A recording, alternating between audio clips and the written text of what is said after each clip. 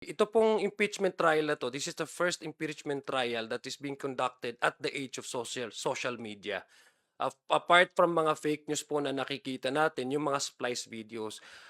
Kami po dito sa House Prosecution Panel, kung ano po yung magiging direktiba ng impeachment court, very consistent po ang stand ng House Prosecution Panel. Tatalima po sila, irerespeto po nila at mag-a-adjust po ang House Prosecution Panel in compliance kung ano po yung magiging direktiba ng impeachment court. Ang inaasahan din po ng taong bayan ay hindi lang po dito sa both panels, no, sa prosecution at saka sa defense, pero tumalima din and strictly to also to observe yung Senate rules of impeachment. Mapapansin niyo po sa mga nakaraang weeks, no, may mga senator judges po na nagpo-post din po ng mga splice videos na ito'y nagpapakita na hindi tamang konteksto during the oral arguments, no?